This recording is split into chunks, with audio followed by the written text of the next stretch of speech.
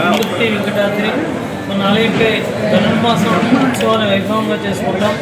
ప్రతి సంవత్సరం కూడా ఈ ధనుర్మాసం వైభవంగా జరుగుతూ ఉంటుంది.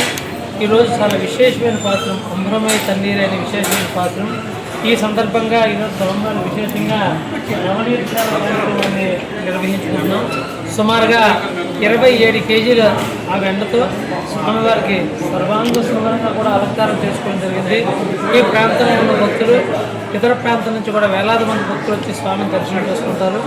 ఈ నవనీతుల స్వామిని చూడటం వల్ల కుటుంబాలు హాయిగా ఆయురారోగ్యాలతో అష్టైశ్వర్యాలతో తొలతూగుతారనే ప్రగాఢమైన విశ్వాసం అన్నమాట.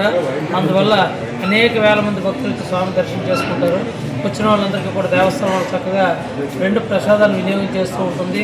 ఉచిత వాహన సదుపాయాలు కూడా మన కొండ మీద అందరికీ కూడా ఉంటాయన్నమాట.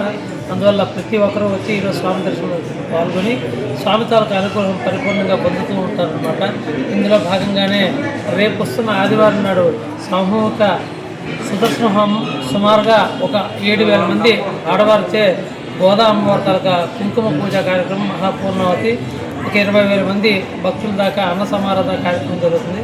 ప్రతి ఒక్కరి కార్యక్రమంలో పాల్గొని తరించాలి మా విద్య. జయ శ్రీమన్నారాయణ. ఓం నమో వెంకటేశ్వర.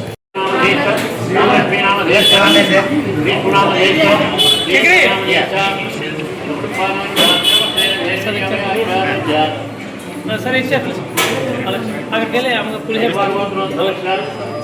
ఎప్పుడు ఇస్తారు మెసేజ్ వార్త పంపించండి మా టీవీలో.